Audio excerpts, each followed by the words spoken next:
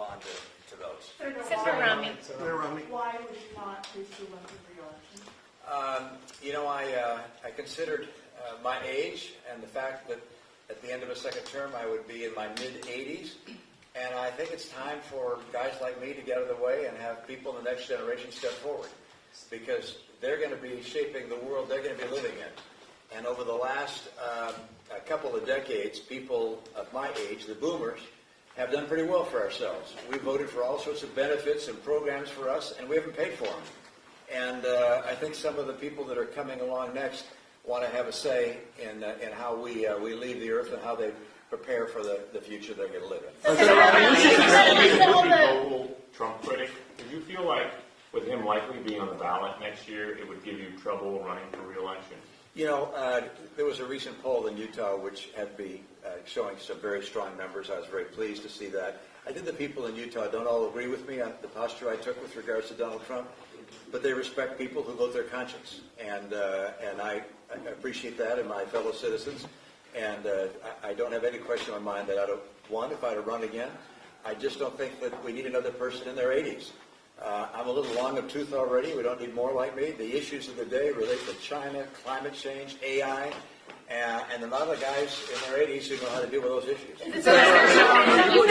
You mentioned your age as one of the reasons for not running for re-election. Is that a nice way to say to some of your colleagues who are older that maybe it's time for them to step down as well? Well, everybody's going to make their own decision, of course, and consider their own circumstances. I just looking at my age and where I am, I wish if I knew that I was going to be like Chuck Grassley and be able to be vigorous and dynamic into my 90s, I might have reached a different decision, but you never know.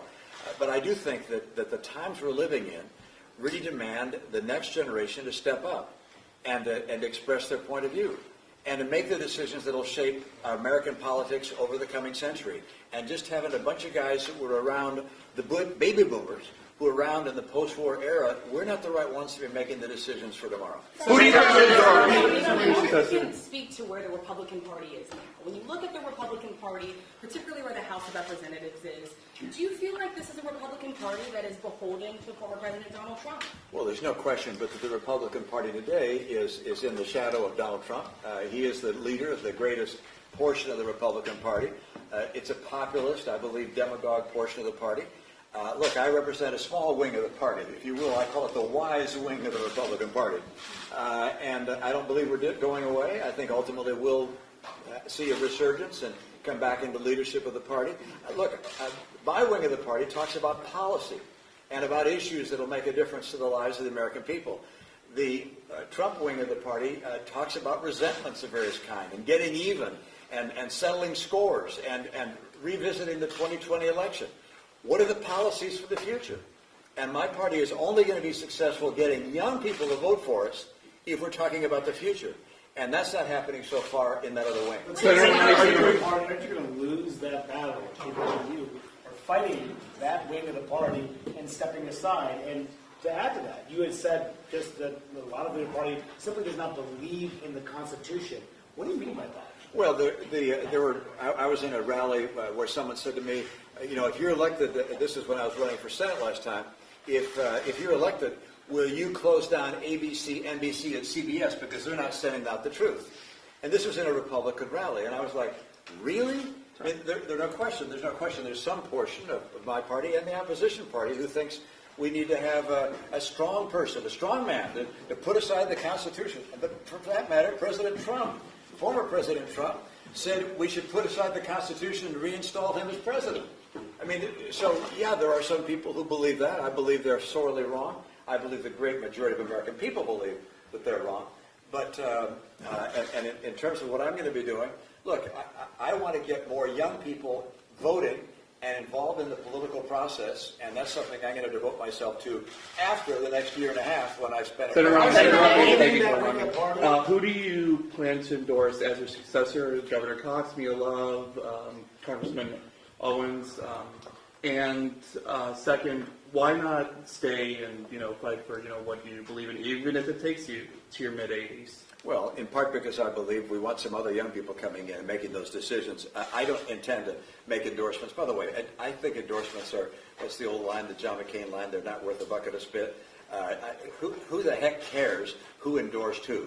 You make your decision as a voter about what you think about the candidate and their point of view and their vision, and you don't care about what some other person said. So I'm not planning on. But who do you want to succeed you? Senator, if you- I don't have a comment on who might Senator- succeed me. I hope that we get a very strong contender and that it's someone who's a little younger than me. Senator, if you think you're too old, what about Biden and Trump, who are way older than you? Do you think they should be rerunning? Oh, I think it'd be a great thing if both President Biden and former President Trump were to stand aside and let their respective party pick someone in the next generation.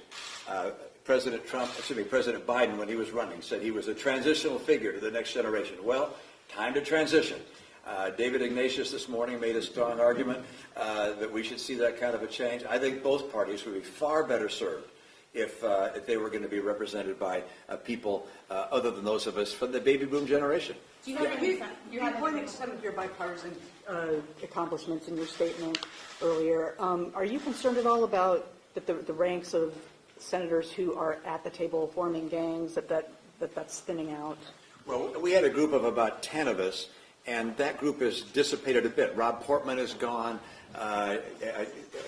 Susan Collins has become really the ranking member on appropriations. That's got to be her focus. Then you've got Sinema, Manchin, Tester on the Democratic side. So we're all pulling in different directions these days. Coming together like we had was a very unusual thing. Look, I recognize that I had an embarrassment of riches initially, which is that as a first-term senator, I got together with a group of other folks, and we got a lot of stuff done. A COVID relief package when the White House and then Speaker Pelosi couldn't get one done, an infrastructure bill, reform of the Electoral Count Act, religious liberty protections in the Marriage Act, gun safety legislation. We got a lot done, which was a lot of fun. That's kind of unusual.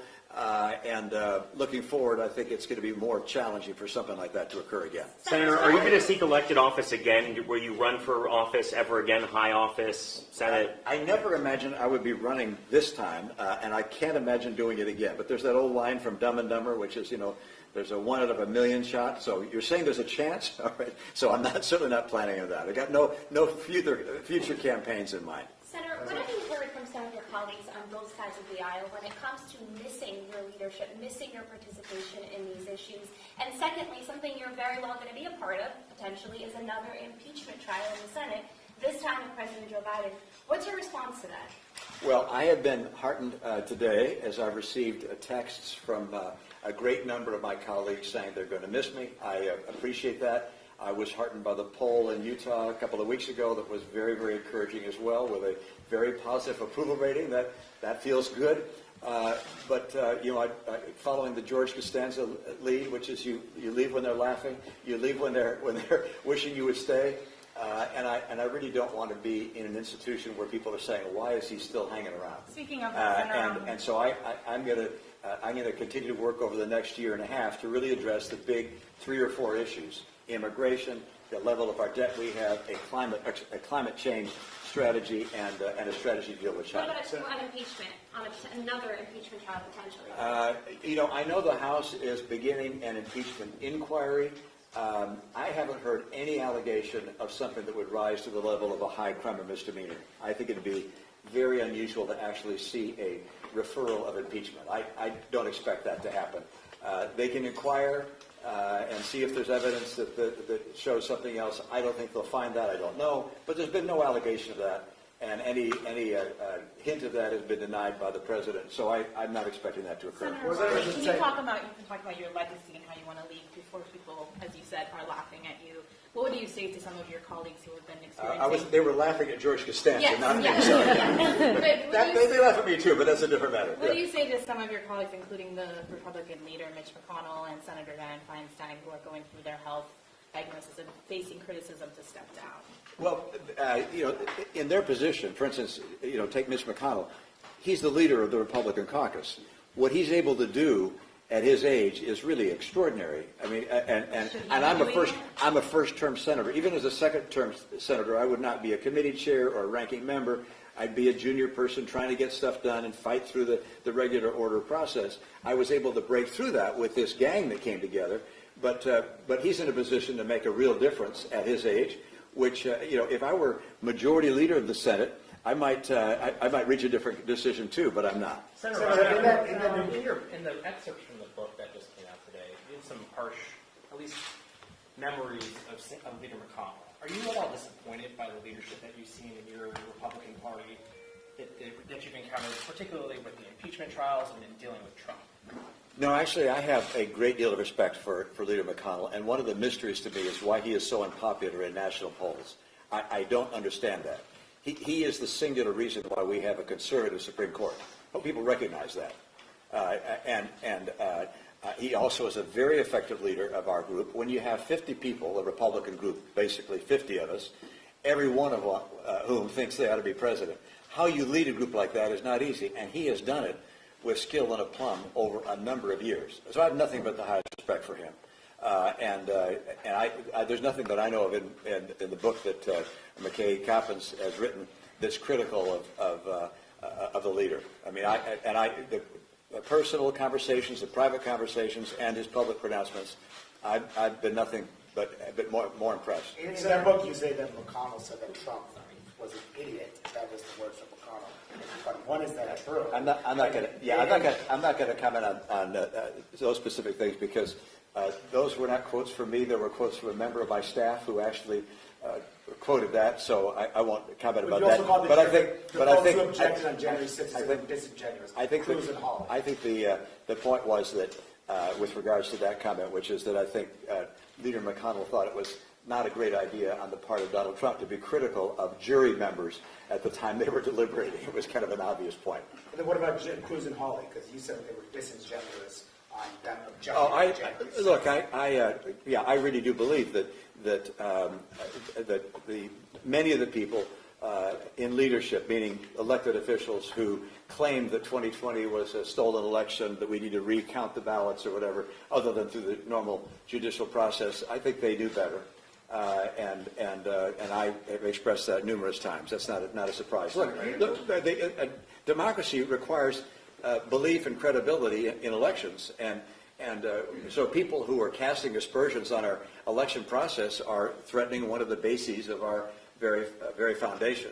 So, I was critical of that and continue to be, and I'm sure they wouldn't be surprised to hear it again. Are you worried another January 6th could happen after this election? Is that part of? I think my guess is after the next election, whatever happens, there'll be plenty of people around the Capitol to make sure that doesn't happen again. What do you think it's going to take for the party to not be so dominated by Donald Trump anymore? I saw an article in the Atlantic which pointed out that young people are not warming to the MAGA message, and I think that's true. Whether Donald Trump is there will be someone that follows him, that follows in his footsteps, and gives the same populist patter. I don't think it'll be successful long term because I think young people are paying far more attention, are not going to be sucked into the populist notions, and so I think our party goes back to, if you will, the wise wing of the Republican Party as time goes on. But do you think your party, though? I mean, Trump is dominating in the polls right now. He's probably going to be your nominee. You're an outsider of the party. Yeah. There's no signs that what you're saying that the party's going to shift away. I'm not talking about the next 2 years. I'm talking over the next decade or so. I mean, populism doesn't work. I quote that M.L. Mencken line, which is to every complex problem, there's a solution which is simple, clear, and wrong. And unfortunately, that's what we're hearing. And again, on the Trump wing of the party, I haven't heard policy other than saying we're going to build a wall. And by the way, he was president. He was president for 4 years. He built 50 miles. What did he get done? I said, well, how about the tax change? Well, the tax, that was Paul Ryan. That wasn't the Biden plan. He did, of course, he had a health care plan. Remember that? That was everybody's going to have low-cost health insurance that was fabulous. Never proposed. Never saw. He was in 4 years. So it's not a policy-centric approach, and if you don't have policy to match your rhetoric, ultimately it's not going to be successful. That'll be your greatest surprise at the end of the day. Senator, in that case, in McKay's article, you mentioned, or it's mentioned that you've spoken to Joe Manchin about possibly starting a third political party. Is there any interest in that, or is that sort of died out? Oh, that was several months ago. Who knows what might happen? I think Senator Manchin is looking more closely at no labels at this stage. I can't speak for him, but Joe and I speak a good deal, and I raise ideas with him. I actually think a third-party candidate would make it more likely that it's just a spoiler and it would not be successful in electing someone. So that's not. What was your biggest regarding your career? Question. You say that you want to step aside and let the new generation come in. What Yeah. are you doing about that? What am I doing about that? Stepping aside. And But I'm more also, than that. It requires you to do and more I- than and that. I How will- are you getting young people into politics? Well, one of the things I intend to do is going on college campuses and speaking on college campuses to encourage young people to actually run for office and to vote. And, I don't think there's a way to actually mandate this. I probably wouldn't. But I'd like colleges and universities to insist that the young people vote and make it easy. Have voting booths on campus and make sure we get more of the young people because it's the world they're going to be inheriting. Thanks, guys. What was the biggest regret in your career? What was the biggest regret in your career? I don't have any. Have you talked to President Biden? Have you spoken to the president Yes. today? Has he expressed his regards? Yes. Yeah. Thank you. Thank you. Yeah. All right, guys, I appreciate you guys being here. No, I should. I was asked whether I've spoken with President Biden, and the answer is yes. And he was very generous and kind in his comments. Thanks, guys. He called you, Senator. Thank you. Thank you, guys. Sorry. He hadn't read all the clips. Thank you for your service. Thank you. We gotta go. I didn't speak when I was talking, but thank you.